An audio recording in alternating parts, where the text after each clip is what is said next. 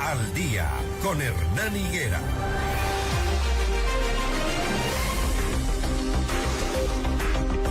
Gracias por sus mensajes a ustedes, amables oyentes. Hola, gran parte del problema es cultura, porque aquí no se trata solo de vehículos livianos y vehículos pesados, sino el exceso de velocidad y sobre todo que las sanciones se convierten muchas veces en coimas.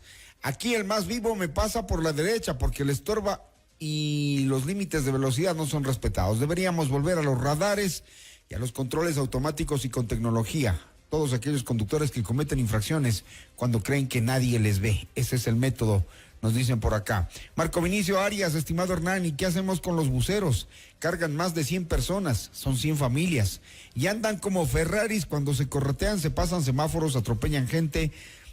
Son buses destartalados que les suenan hasta las tuercas y las autoridades ven hacia otro lado. Como tienen un costo político, nadie les para. El transporte público de Quito debe ser de los peores del país. Saludos, Marco Vinicio Arias. Gracias a ustedes por participar. Siempre es bueno generar opinión, siempre es bueno escuchar también a los ciudadanos lo que piensan. 6:46, vamos ahora a otro tema rápidamente. Catherine Herrera, experta en seguridad y defensa, está ya con nosotros. Catherine, buenos días. ¿Cómo nos escucha? Muy buenos días, Hernán, y a toda la audiencia. Muchísimas gracias por la invitación. Qué gusto. Hace 1:46 terminó el toque de queda, la primera jornada, y nos preguntamos, ¿es efectivo? ¿Garantiza el combate a la delincuencia? Después del toque de queda, ¿qué? Si ya hubo uno y ahora deciden hacer otro, ¿significa qué cosa? Bueno, Hernán, el toque de queda ayuda cuando reduce la movilidad nocturna, porque te va a permitir concentrar todo ese aparataje de la fuerza pública en un territorio. Baja la oportunidad, por supuesto, de la actividad delictiva, sobre todo delitos considerados de oportunidad, sicariato, extorsión operativa. Y luego viene que también tiene un impacto en todo ese nodo logístico para generar una criminalidad. Por ejemplo, te limita el transporte de armas, movimientos logísticos en horas críticas. Acá en el país, pues, se ha reportado reducciones de homicidios en ciertos periodos. Por ejemplo, en esta última se afirmó casi el 14% de lo que va del primer trimestre en el 2026 y un 24% sobre todo en el mes de marzo.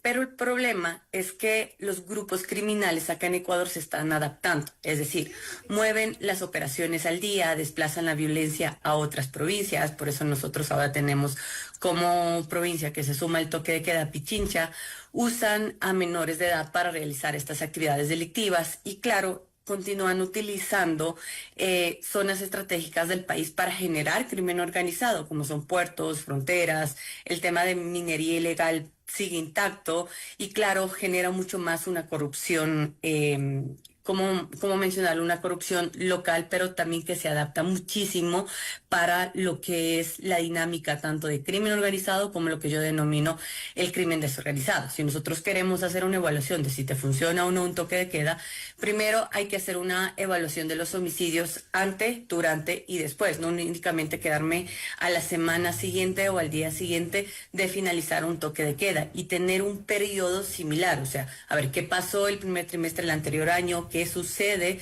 durante el tiempo que yo establezco un toque de queda y qué pasa 3 meses después de lo que yo he generado la medida. Segundo, otro componente de medición es justamente el despliegue criminal, es decir, verificar si bajan los homicidios en Guayas, El Oro, Los Ríos, pero también verificar que no estoy generando un desplazamiento criminal, es decir, actores criminales que estaban operando en estas zonas ahora se están trasladando a otras provincias y no únicamente los actores, sino también sus dinámicas delictivas. Y claro, tercero, medir si caen mandos altos, mandos medios, financieros, armeros. ¿De qué te sirve a ti tener N cantidad de personas que fueron capturadas o detenidas durante el toque de queda si no son ellos los que realmente les permite generar una resiliencia o esta capacidad de adaptación a esta estructura criminal? Y claro, determinar qué tipo de instrumentos fueron incautados. A ver, si fueron armas largas, municiones, dinero, etcétera. Hernán, me iba a preguntar. Sí, Identificar a estos grupos, como ya los tienen identificados, por ejemplo, en Quito los Lobos, en Guayaquil los Choneros, ¿de qué nos sirve? Porque ya vemos que estas organizaciones mutan inmediatamente en sus liderazgos. Detienen a uno y enseguida ya está otro. Es decir, estamos tomando, como se dice popularmente, el toro por los cuernos. ¿Estamos erradicando de raíz este problema o hace falta algo más a simples decisiones como operativos nocturnos, parar la movilidad? ¿Falta algo más o eso es todo? Bueno, a ver, un toque de queda te trae uno de los principales desafíos que yo considero, y es que el mayor riesgo es confundir un control horario, no permito movilizaciones, no permito esta organización de estas estructuras criminales, etcétera, a tener un verdadero control territorial, que eso es lo que no te va a dar un toque de queda. Un toque de queda no desmonta las economías criminales, no es que desarticula de forma completa esta estructura criminal, no recupera varios capturados, no corta el financiamiento ilícito que le permite generar temas de narcotráfico, minería ilegal, trata de personas o incluso esta red de generar estos delitos nuevos, secuestros, vacunas, extorsiones, ¿no? No depura instituciones y mucho menos no sustituye una inteligencia criminal. Entonces, si es que nosotros no tenemos todos estos componentes que no te van a dar el toque de queda y que no tiene la razón de ser el toque de queda, tú no vas a tener pues justamente la desarticulación o la captura de todos estos actores delictivos que justamente pueden afectar esta dinámica, sobre todo en nuevos puntos donde se ha desplazado los actores como la actividad delictiva, puede afectar toda esa dinámica en donde eran ciudades que no tenían homicidios intencionales, pero que ahora puede subir su nivel de violencia, su nivel de inseguridad o incluso mantenerse baja los homicidios intencionales, pero actuar realmente en una dinámica de crimen organizado. En otras palabras, la razón de ser del toque de queda no pasa a desarticular realmente y tomar el control territorial, sino más bien darme una visibilidad al Estado, al ordenar la movilidad, a reducir ventas de oportunidad por delitos que más se dan en temas nocturnos, pero si es que no viene acompañado de una inteligencia criminal, de una persecución del dinero, si es que no viene justamente de un control penitenciario, de un control de arma real de frontera sur, etcétera, pues vamos a tener esta mutuación y justamente pues tener al brazo armado detenido, pero no realmente a quien le permite seguir operando estas estructuras criminales. ¿Qué debemos esperar después del 18 de mayo de este toque de queda a los ciudadanos? A ver, es una pregunta bastante, ¿desde dónde le vemos? ¿Como ciudadanía o desde la parte técnica? Si tú le ves como ciudadanía, sí vamos a tener una baja de homicidios intencionales, pero que si no está bien enfocado el toque de queda, esto puede afectar mucho más a trabajadores, comercio nocturno, a la población organizada, pues que tiene un costo, sufre un costo con implementar medidas de toque de queda y por tanto tiempo, ¿no? Y que no ha sido socializado.